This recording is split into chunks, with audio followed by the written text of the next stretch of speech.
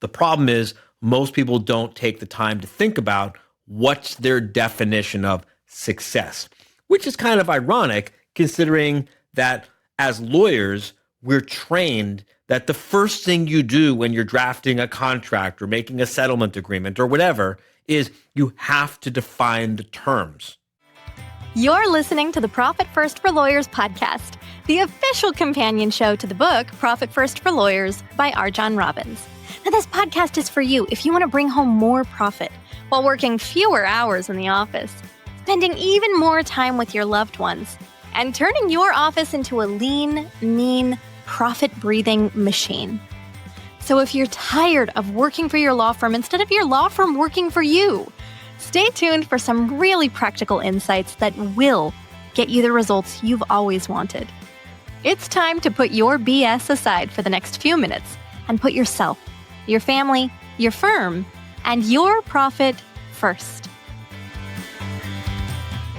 Welcome back to a brand new season of the Profit First for Lawyers podcast. I'm your host, Karli, and we have some really exciting things in store for you this season that I cannot wait to release. More on that later. Now, if this is your first time finding us, welcome to the show. We are thrilled that you're here, and I promise we're going to deliver as much value as we can possibly fit into each episode so that you can take action and start seeing results in your own firm. For today, we're getting into a topic that is one of my personal favorites, and this is going to give you the foundation to transform your business and your life for the better. On this episode, we're going to talk about your personal definition of success and why having a personal definition of what success means to you is absolutely imperative.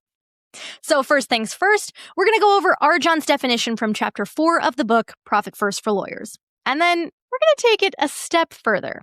I'm going to play a clip from a live session that RJon did back in 2016, where he helped a law firm owner come up with their own personalized definition.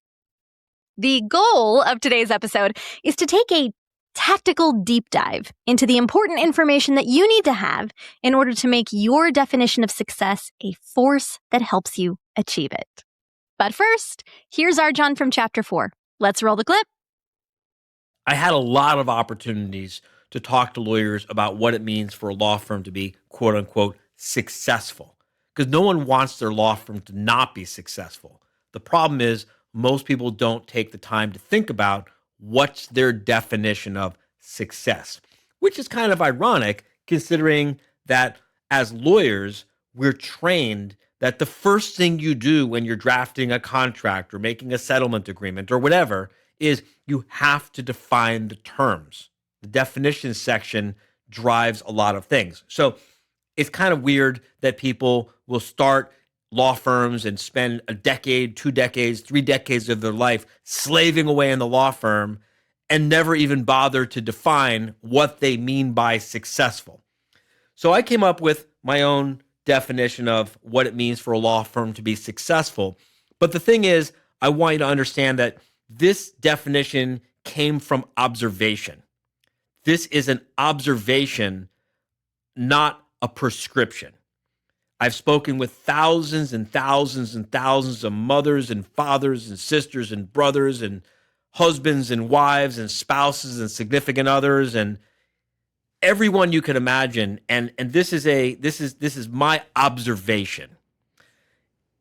In my book, and in the book of the 700 plus law firm owners that we currently help to manage their law firms, we define a successful law firm as a law firm that checks off at least 3 boxes. 1, financially successful. To be deemed a financially successful business, the law firm must generate enough total owner benefits, which is a term that we'll explore later in the book. Total owner benefits, briefly, is the W-2 salary that your law firm pays you, plus the K-1 profits that you take from the business, plus all the other stuff you run through the business if your tax strategist doesn't just completely suck. Total owner benefits. We'll come back to that later. The point is, to be deemed a financially successful business, the law firm must generate enough total owner benefits, enough income for the owner to live the way they want to live, not just the way the owner is willing to settle for living, not just with what they can make do with. To be called a financially successful business, a law firm must generate enough total owner benefits and therefore enough financial profits for an owner to live the way they want to live. Otherwise, it's just a hobby or a torture chamber. Number two, the law firm must be personally successful. Now, to the extent that a law firm operates with sufficiently robust processes and systems and procedures that it gives its owner or owners the freedom of time to attend to every aspect of their life and doesn't just require the owner to be a servant to the firm, that is the extent to which we can say a law firm is personally successful. Think of it this way. If the only way for a law firm to generate enough net operating income for the owner to live the way they want to live in terms of material possessions is for the owner to be chained to their desk and locked in the law firm like a prisoner, that is not a fully successful business. It might be financially successful, but we can't really call it holistically a completely successful business, at least not in my book. Get it? My book? This is my book. We measure personal success of a law firm by the number of consecutive days, weeks, and even months that the business can meet its legal, ethical, professional, and financial obligations, including the financial obligations that the law firm has to the owner, even while the owner is away with defined emergency access only. The law firm that cannot function without its owner or owners being there every day, that's a practice. The owner of that law firm doesn't really have a business, they just have a job. It needs to be sustainable in order to be a business. And number three, we talk about professionally successful. Law firms generate revenue by helping people solve their problems and create a better future for the clients of the law firm. Lawyers tend to choose to start law firms in practice areas that they choose because there's often something about the world that the lawyer feels they're improving through that area of the law, which is meaningful to the owner of that law firm. Sometimes this centers around a type of client avatar that the law firm is set up to help. Other times, the law firm is dedicated to helping solve one or more problems in the world that the owner cares about improving, and sometimes, ideally, even both. Now, we can devise simple and objective systems for measuring the positive impact that a law firm's operations have in the world. And this measurement tends to be a pretty reliable indicator of how professionally successful the law firm is. As a simple example, have we helped more clients this quarter than we helped last quarter? It's a simple way of measuring the professional success of a law firm. If the goal of your law firm is to make a more positive impact in the world, then presumably helping more clients this quarter than last quarter suggests growth in terms of the professional success of the firm. It doesn't have to be that complicated. Okay, so we've got our definition of success, which encompasses three different parts, right? Financial, of course, and personal, and professional. Now, your job is to define your own terms, right? How much financial profit do you need as the business owner to live the life you want to live? Emphasis on want. How much time do you want to spend with your family or in pursuit of your hobbies or your other goals? What kind of impact do you want to make on the world? I will say that personally, one of the very first things that RJon asked me after he hired me to be on his team was, Karli, what do you want for yourself? Where do you want to wake up in 2 years? What are your personal goals? And it was a pretty sobering realization for me to acknowledge that I had thought about my professional goals. I had thought about the kind of work I wanted to be doing in 2 years, but I'd never really taken the time to sit down and think through what I wanted for myself and for my family. I'm actually realizing right now as we're recording, I'm going to go off script for a second. I remember he asked me this question and I didn't have an answer. And about, 3 weeks or so later, we were on a call and he asked me, did you have a chance to think about it some more? And I had, in kind of a pretty arbitrary way. But I remember telling him, this was early 2023, that what I wanted to be doing was to wake up in Paris next to my kiddo and just feel this peace. Sorry. And I'm only just now realizing, thinking back, that's what I did in early 2025. I woke up in Paris with my kiddo and I felt so much peace. It makes a huge difference to say these goals out loud, to set them. And this is a critical part of the conversation, because if you don't know what you want, then you can't clearly define success. And if you can't clearly define it, then you cannot reach it. So this next clip is going to show RJon giving his definition of success, and then talking about how to think through and find out what it is that you want so that you can build your foundation for a better and a more successful life and business. So I'm going to play a clip from the 2016 live quarterly meeting. This is where RJon sits with members of How to Manage a Small Law Firm. And in this particular session, he's going to walk one of our members through their unique definition using one of the tools that he created himself. And he's going to show us how we can apply these same questions to ourselves to come up with a measurable definition of our own. Because your personal definition should be, well, by definition, very personal and clear and vulnerable and honest. And for that reason, we have anonymized this member's voice and removed any identifying features or information. Let's roll the clip. Let's talk about your definition of a successful business. My definition is based on financial, personal, and professional success. And as you can see in your workbook, there's another category called other, because you can add to that anything you want. But I don't believe that any rational person who goes into business would ever say that they would consider a business to be successful if it didn't serve their financial needs, would you? Can't pay your mortgage, can't pay your rent, can't make your car payments, can't pay for your kids to go to school, can't pay for your food, constantly strapped for cash. How do you call that a successful business? We all agree? Yes. 2, personal. Business is throwing off loads and loads and loads of cash, but it's ruining your personal life. You are a stranger to your friends. You're a stranger to your family. You're a stranger to your kids. Anyone consider that to be a successful business? Okay. 3rd is professional. Business throwing off loads and loads of cash. You got tons and tons of free time. The only problem is that business requires you to do work that you hate for clients that you despise with a team you want to kill. Anyone call that a successful business? Financial, success, personal, and professional, plus whatever else is important to you. How much does it cost? How much profit does your business have to throw off every year? We don't care about gross revenue at this point. We care about how much profit the business throws off.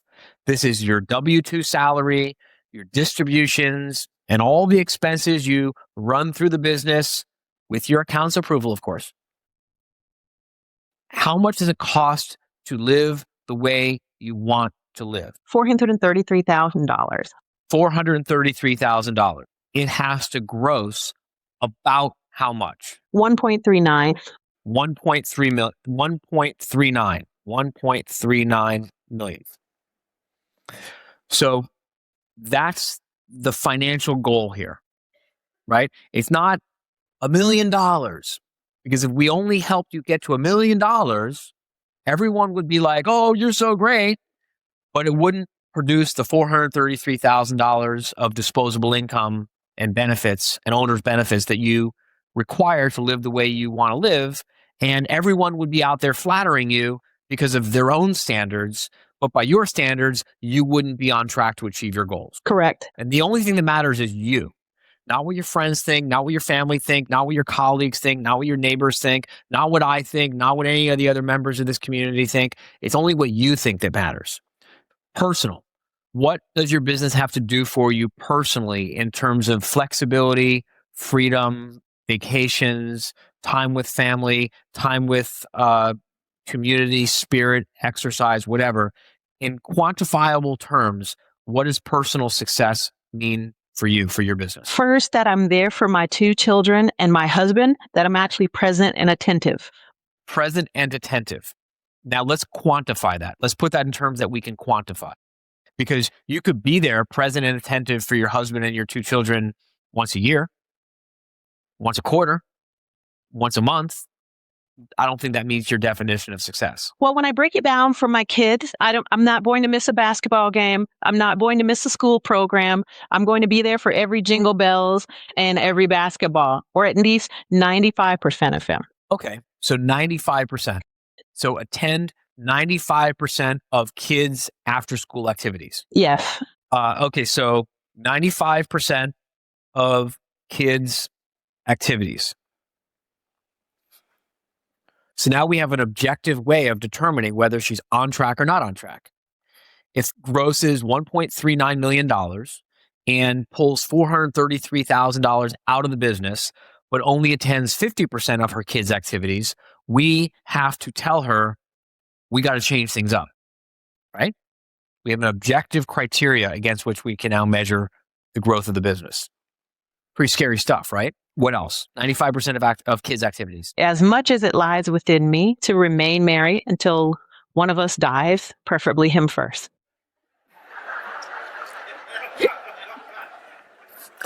Okay.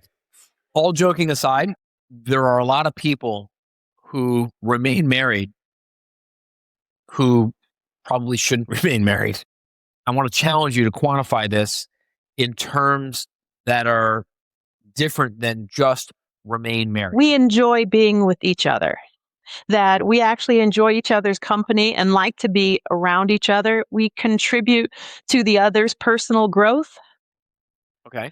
And we have fun. These are all beautiful sentiments. Not good, Emma. No, these are all beautiful sentiments. These are wonderful. Okay. These are sincerely wonderful and beautiful sentiments. And now, because we're talking about your business, I want to talk about how we'll quantify that. Okay. You want to quantify it by how many date nights you go on per year. You want to quantify it by how often you make love. Do you want to quantify it by how many times you go on a vacation without the kids? Do you want to? You can quantify it any way you want to quantify it, but if it's not quantified, we can't really tell if you're on track or not on track, and there's room for you to bullshit yourself. Well, our goal now is to have 2 date nights without the kids per month, and to go on 2 vacations alone, 3 days or more. That's on our board. So 2 date nights per month. 2 date nights per month. And 2 vacations. Without the children. Vacation? I take that, or vacations without the kids. Vacations per year. Per year. No kids, 4 days or longer. You see what she just did? This is really scary. She's just stated some objective criteria by which we will now be able to measure her, by which she will now be able to measure herself. There's no bullshitting around this, right? Either you took your 2 date nights per month or you didn't. Either you took your 2 vacations or you didn't.